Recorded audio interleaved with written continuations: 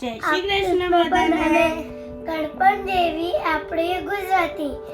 દીદી, શું તમને ખબર છે આજે કયો દિવસ છે?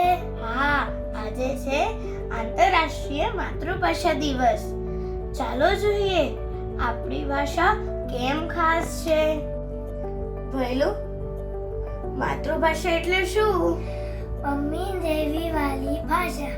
જે ભાષા આપણે આપણા ઘરમાં મમ્મી પપ્પા પાસે શીખીએ તેને માતૃભાષા કહેવાય.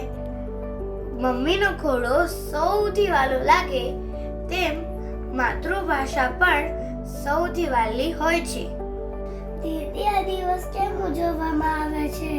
ભાષા બચાવ, સંસ્કૃતિ બચાવ.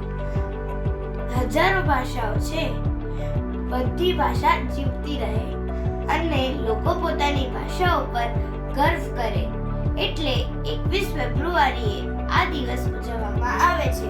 ગુજરાતી ભાષાની મજા. ગુજરાતીમાં જલેબી જેટલી મીઠાશ હોય છે અને ગાંઠિયા જેવો મસાલો. આપણા કવિએ કીધું છે, જ્યાં જ્યાં વસે એક ગુજરાતી ત્યાં ત્યાં વસે સદાકાળ ગુજરાત.